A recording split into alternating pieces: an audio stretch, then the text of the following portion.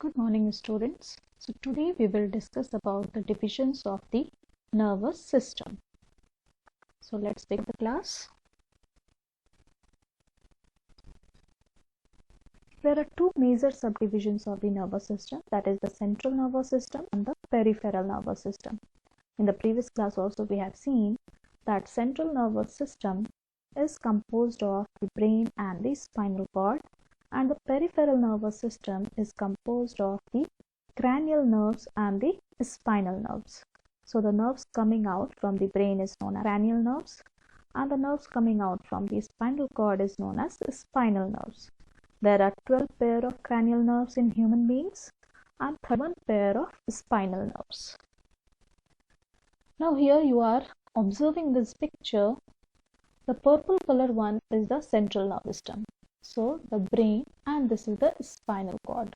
So this brain plus spinal cord is forming the central nervous system, and the yellow part of this diagram is denoting the peripheral nervous system. So all the cranial nerves, these are the cranial nerves, and these are the spinal nerves plus these ganglions. Okay, here these rounded structures what you are observing, these are ganglions, and the nerves are forming the peripheral nervous system. Now what is the difference between the central nervous system and the peripheral nervous system? The central nervous system is composed of brain and spinal cord, and the peripheral nervous system is composed of cranial nerves, spinal nerves, and the peripheral nerves. The central nervous system will contain the interneurons. As we have seen in the previous class, the association neurons or the connecting neurons, which is in between the sensory and motor neuron, is known as interneuron. So the central nervous system will contain the interneurons, or we can say that relay neurons, whereas the peripheral nervous system will contain the sensory neuron and the motor neuron. Now there are two further subdivision of peripheral nervous system. The first one is the somatic nervous system, and the second one is the autonomic nervous system. The somatic nervous system will convey the nerve impulse to the voluntary muscles. So we can say the somatic nervous system will control the voluntary actions of our body, whereas the autonomic nervous system will control the involuntary actions of our body, because it will convey the impulse to the involuntary muscles through the chains of the ganglia or nerves. Here in this picture, these rounded, beside the purple structure, these rounded structures are the ganglia.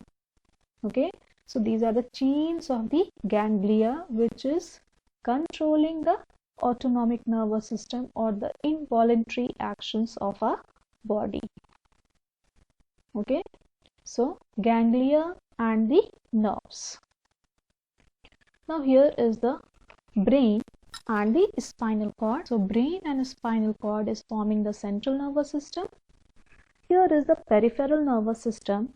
So peripheral nervous system is of two types. One is the autonomic nervous system, which is controlled by the ganglions. These are ganglions, chains of ganglions and the nerves. Green colored one is the spinal nerves, and these nerves coming out from the brain is known as cranial nerves. So all these on this side is regulating the peripheral nervous system.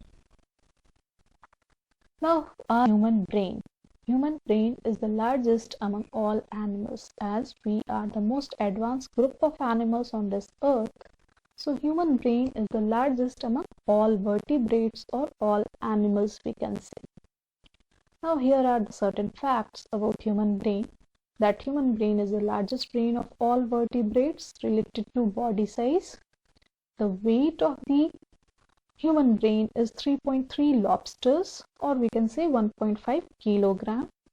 An average male has a brain volume of 1274 cubic centimeter, whereas the average female brain has a volume of 1131 centimeter cube. The body makes up about 2% of the brain makes up about 2% of human's body's weight. So whatever is our body weight, the 2% of our body weight is made up of brain or composed of brain. Then cerebrum is the largest part of the brain. So 85% of the brain's weight is made up of cerebrum. It contains about 86 billion nerve cells, that is neurons, which is known as gray matter. In the next classes we will discuss about it. And it contains billions of nerve fibers. So what are nerve fibers? That is axons and dendrites. So which is forming the white matter. The neurons are connected by trillions of connections or synapses. You know what are synapses? The junction between the two, that is the axon terminal, and the dendrites of the two different neurons is known as synapse. And the brain is composed of 80% of water and it consumes 25% of total oxygen taken into the body. So certain times when you are doing strenuous work and not getting proper time, you have headache because the brain requires fresh oxygen. Okay, so this is why physical exercise, rest, sleep, everything is required for the proper maintenance of the health of our brain. This is all for today. Now what is your homework for today? You will write down the composition of the central nervous system from here and the peripheral nervous system. Okay, then what are the two subdivisions of peripheral nervous system, and differentiate between the two subdivisions of peripheral nervous system on the basis of its function and composition. Okay, then why we need to take or do physical exercise to maintain good health of our brain.